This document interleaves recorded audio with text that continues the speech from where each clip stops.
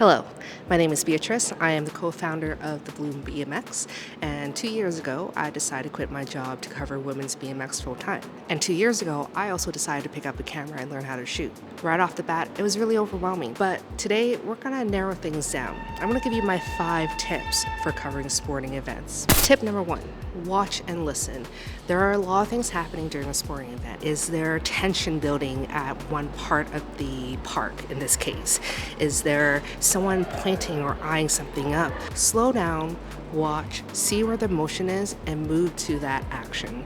It's okay to move around, make sure you're looking both ways, especially in the sport of BMX or any sort of action sports. There's a lot of stuff happening. The last thing you want to do is step in someone's way. Another thing that I do is I pay attention to the people around me and I use them as alerts, especially if other photographers and videographers are heading to one location. I think it's time for you to go over there too. Hey, I'm coming to you live from the wheel mill with my good friend Beatrice. Beatrice, tell me, how are you feeling today here at the wheel mill? Feeling great. We're actually doing a video for Sony right now, 5 tips for covering a sporting event. Is this part of the Sony Alpha? It is, yes. Yeah. Alpha female program? They've been doing a lot for women in this space, and this is a part of giving back. That's super cool. Well, I just want to thank you for being here. Thank you to Sony. I know from being in this sport for well over like 25 years now that women's coverage just has never been enough.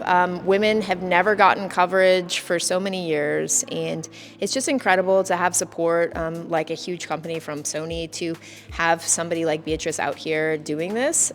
So just can't thank you enough. If anything that I've learned throughout my 20-something years is that women need more coverage. Need more coverage. I don't know who needs to hear this, but we need more coverage. Thank you, Beatrice. Segue into tip number 2. Asking the rider, what are you doing? What can I take footage of? These are the things that you want to ask and talk to riders and get an idea of like what's happening so you can go to the action. And you don't mind if I'm asking you what you're doing because you probably want footage anyways. Exactly. I mean, you know, we're out here, we're riding. Sometimes we want clips and sometimes we just want visual feedback as well. And so any type of coverage is good coverage. So whether you're showing us what happens at an event like this, or if you show us the latest and greatest of like the next greatest trick that's happening, that's super cool too. But I mean, I think any type of coverage is great coverage. So, and especially in a competition, like, would you agree that the camera adds a little bit of pressure, which helps sometimes land the trick? Oh, of course, the camera always helps because it does put pressure on you to stack that clip. So yeah, it adds an extra element to it, and just thank you for that. Thanks, Curry. Talk to the athletes, see what they're trying to do. More often than not, they're stoked on footage, and bringing out the gear can actually help them land the shot. A couple of things you need to keep in mind though. If this is practice, you're pretty safe to talk to the athletes, get to know what they're doing, and engaging with them. But when it comes to competition, usually and most athletes do not want to be disturbed. They're probably not going to want to talk to you, and they're focusing on being present. Tip number 3, chase the action. Using what you've seen, heard, and what you know, move to the action. Make sure you look both ways though. Actually, you should come here. Come here. Get over here. Hello. So actually, I want to bring in Murphy here. You've been shooting photos for how many years? 20 years probably. But not just BMX. No, anything that moves, really. Using what we've seen, heard, and what we know, what's another tip in the realm of chasing the action that helps us capture the best in our abilities, the best photo or video clip? When you're at an event or photographing any activity, it's good to, take note of the things that are happening and figure out how to anticipate what might happen next. That's perfect. Thank you. You've heard him. Let's say you're limited on how much you can actually chase the action. Let's say the park is really limited and linear. There's not a lot of places where you can stand. Shoot one half from one side and the other half on the other side. Chances are you'll capture something a little bit different. It'll at least add some variety to your video. So yeah, get creative.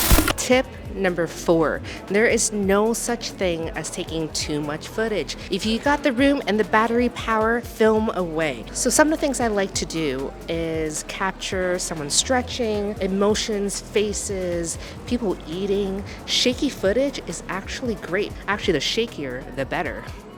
Now, what is B-roll? So B-roll is additional footage that you can use to intercut with your main footage. Hello. Thank you. We're on B-roll now. Let me tell you something, brother. So there you go. Capture everything. Nothing is a waste. Don't delete your footage until your project is absolutely done. And even then, you know what? Just put it in a different folder. My last advice, equipment. I know it's so easy to obsess over equipment, but you know what? You have a really expensive device likely in your pocket right now that you can shoot with. I started with an iPhone, then I eventually graduated to a used $400 camera. You can do a lot and you can learn a lot, and you don't need the best stuff right off the bat. Learn with what you have, so when you upgrade to my A7 IV, for example, from Sony, it's just gonna be like a dream, like riding on a cloud. So don't obsess over your gear. I know the dude next to you has a $10,000 rig, but you don't need that right now. Get to know all the ins and outs of everything on your phone, on your camera, and then when it's time, you will know when it's time, when you maxed out all the capabilities of your device, that it's time to move into a camera. Well, there you go, my 5 tips on covering sporting events, especially in the realm of action sports. I hope that was helpful.